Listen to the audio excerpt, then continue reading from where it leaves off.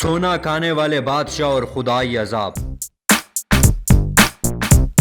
13ویں صدی کے وسط میں بنو عباس کا آخری خلیفہ مستعصم باللہ بغداد میں حکمران تھا، جب ہلاکو کی زیر قیادت منگولوں نے اسلامی خلافت کے اس سب سے بڑے مرکز پر حملہ کیا۔ فتح کے بعد ہلاکو نے مستعصم باللہ کو کھانے پر بلایا، لیکن کھانے کے لیے کوئی چیز دینے کے بجائے خلیفہ صاحب کے سامنے سونے اور چاندی کے ڈھیر رکھ دیے جو اس کی فوج نے خلیفہ کے محلات سے لوٹے تھے، اور کہا جناب عالی، آپ نے جو کچھ جمع کر رکھا تھا اب اسے تناول فرمائیے۔ خلیفہ اسلام نے کہا میں سونا کس طرح کھا سکتا ہوں؟ اس پر ہلاکو نے کہا تو پھر آپ نے اسے اتنی حفاظت اور اہتمام سے کیوں رکھا ہوا تھا؟ ہلاکو نے محل کے کمر میں چاروں طرف نگاہ دوڑائی اور سیمو زرو جوہرات سے لبریز بڑے بڑے آہنی صندوقوں کی طرف تلوار سے اشارہ کرتے ہوئے گرفتار خلیفہ سے کہا آپ نے ان صندوقوں کے فولاد سے اپنی فوج کے لیے تیروں کے سفار کیوں نہ بنوائے، اور یہ تمام سونا اور جوہرات اپنے سپاہیوں میں تقسیم کیوں نہ کیا، اور آپ نے پہاڑوں کے دامن میں باہر نکل کر مجھے پہلے سے روکنے اور مقابلے کی کوشش کیوں نہ کی؟ خلیفہ نے بے بسی کے عالم میں جواب دیا مشیت